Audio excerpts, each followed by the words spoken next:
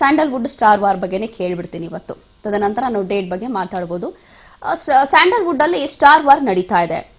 ಇದೆಲ್ಲವೂ ಕೂಡ ಟೈಮ್ ಪ್ರಕಾರ ನಡೀತಾ ಇದೆಯಾ? ಈ ಟೈಮೇ ಸರಿ ಇಲ್ವಾ ಅಥವಾ ಹೇಗೆ? ಒಂದು ಕಡೆ ದರ್ಶನ್ ಅವರು ಜೈಲಲ್ಲಿದ್ದಾರೆ, ಮತ್ತೊಂದು ಕಡೆ ವಿಜಯಲಕ್ಷ್ಮಿ ಅವರು ತುಂಬಾ ಸರ್ಕಸ್ ಮಾಡ್ತಿದ್ದಾರೆ, ಅಲ್ಲಿ ಹೋಗಿ ಅವ್ರ ಹತ್ರ ಭೇಟಿ ಆಗ್ತಿದ್ದಾರೆ. ಇತ್ತೀಚೆಗಷ್ಟೇ ಡೆವಿಲ್ ಸಿನಿಮಾ ಕೂಡ ರಿಲೀಸ್ ಆಯ್ತು.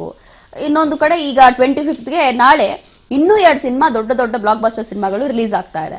ಇದೆಲ್ಲದರ ನಡುವೆ ಇಷ್ಟೆಲ್ಲ ಆಗ್ತಾ ಇರೋದು ಯಾಕೆ ಅಂತ ನೋಡಿ. ಮೊದಲಿಗೆ ಡಿಸೆಂಬರ್ ತಿಂಗಳು ಯಾವಾಗಲೂ ಒಂಥರ ಜಗಳ, ಕೋರ್ಟ್ ಕೇಸ್, ಹೆಣ್ಮಕ್ಳ ವಿಚಾರ, ಹೆಣ್ಮಕ್ಳು ತೊಂದರೆಗಳಾಗೋದು, ಮತ್ತು ಈ ಟೈಮಲ್ಲಿ ವಿಕೋಪಕ್ಕೆ ಹೋಗುತ್ತೆ. ಹೊಸ ವರ್ಷ ಒಂದು ಫೀಲಿಂಗ್ ಇರ್ತದೆ.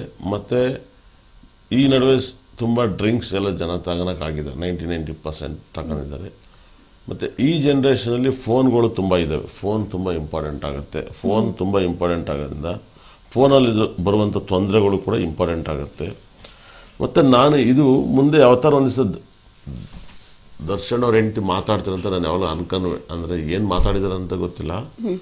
ಯಾಕಂದರೆ ನಾನು ಸುಮ್ಮನೆ ನೋಡ್ತಾ ಇದ್ದಾಗ ಗೊತ್ತಾಗುತ್ತೆ. ಯಾಕಂದರೆ ಅವ್ರ ಭರಣಿ ನಕ್ಷತ್ರ ಮೇಷರಾಶಿ.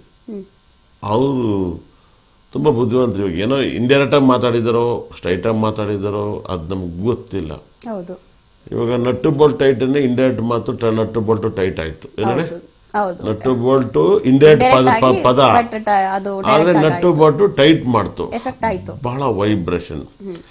ಇಲ್ಲೇನಾಗುತ್ತೆ, ಇದು ಬಹಳ ಸಿನಿಮಾದವರು ಹೇಗಪ್ಪ ಅಂದರೆ ಭಾಳ ಮಿರಾಕಲ್ ಕಂಡರ್ಮನ ವಿಷಯಕ್ಕೆ ಬೇಗ ಕೈ ಹಾಕ್ತಾರೆ ಅವ್ರು. ಯಾಕಂದರೆ ಸಿನಿಮಾ ತೆಗೆಯೋದೇ ಕಂಡರ್ಮನ ವಿಷಯ ಬಹಳ ವಿಶೇಷವಾಗಿ.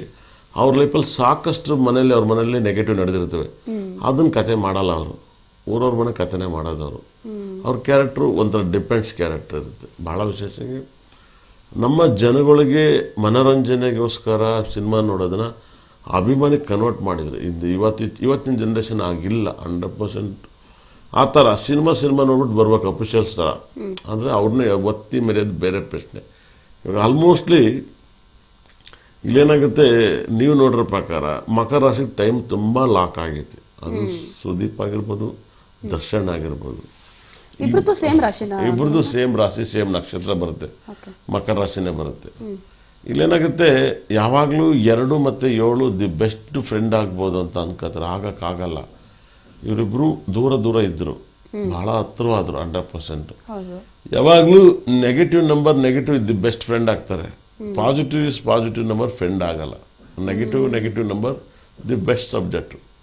ಆಲ್ಮೋಸ್ಟ್ ನಾನು ನ್ಯೂ ಮಹಾರಾಜನ ಹೇಳ್ಕೊಡ್ಬೇಕಾದ್ರೆ ಸಾಕಷ್ಟು ಜನಕ್ಕೆ ಹೇಳ್ಕೊಟ್ಟಿದ್ದೀನಿ. ಇವತ್ತು ಯಾವುದೇ ಯೂಟ್ಯೂಬ್ ನೋಡಿ, ಯಾವುದೇ ಇನ್ಸ್ಟಾಗ್ರಾಮ್ ನೋಡಿ, ಎಲ್ಲ ನಮ್ಮ ಹತ್ರ ತಿಳ್ಕೊಂಡು ನಮ್ಮನ್ನು ನೋಡಿರೋ ಮಾತಾಡ್ತಾ ಇರ್ತೇವೆ.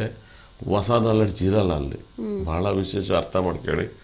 ಇವಾಗ ಏನಕ್ಕಾಗುತ್ತಂದರೆ, ಒಂದು ಬಹಳ ವಿಶೇಷ ವಾಸ್ತುಗಳು ತುಂಬ ಇಂಪಾರ್ಟೆಂಟ್ ಆಗುತ್ತೆ.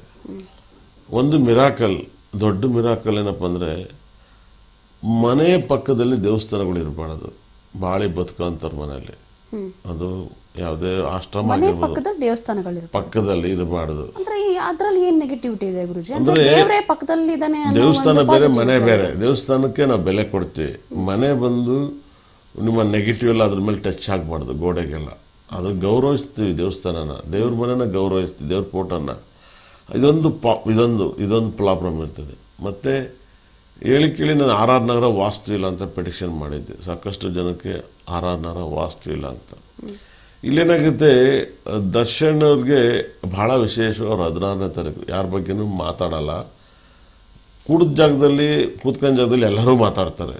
ಆದರೆ ಮಾಧ್ಯಮ ಲೆವೆಲ್ವರೆಗೂ ಬಂದು ಮಾತಾಡಕ್ಕೆ ಬಿಟ್ಟಿಲ್ಲ. ಯಾಕಂದರೆ ಯಾರ್ಯಾರು ಎಲ್ಲೆಲ್ಲಿ ಜಗಳ ತಂದಿಡ್ತಾರೆ, ಹೇಗೆ ಮಾಡ್ತಾರೆ ಅಂತ ಒರಿಜಿನಲ್ ಡಾಕ್ಯುಮೆಂಟ್ ನಮಗೆ ಗೊತ್ತಿರುತ್ತೆ, ಪಕ್ಕ ಗೊತ್ತಿರುತ್ತೆ. ಗೊತ್ತಿಲ್ಲದಲ್ಲೇ ಏನಿರಲ್ಲ. ಎಲ್ಲನೂ ಮಾಧ್ಯಮದಲ್ಲಿ ಹೇಳೋಕ್ಕಾಗಲ್ಲ. ಇಲ್ಲೇನಾಗುತ್ತೆ, ತಿಳಿ ಮಾಡಿ ಸಿನಿಮಾ ಕತೆ ಥರ ಜನಗಳಿಗೆ ಮಕರ ರಾಶಿಯವರು ನೀವು ಜವಾಬ್ದಾರಿಗಿರಿ ಅಂತ ಹೇಳ್ಬೇಕಾ ಬರುತ್ತೆ.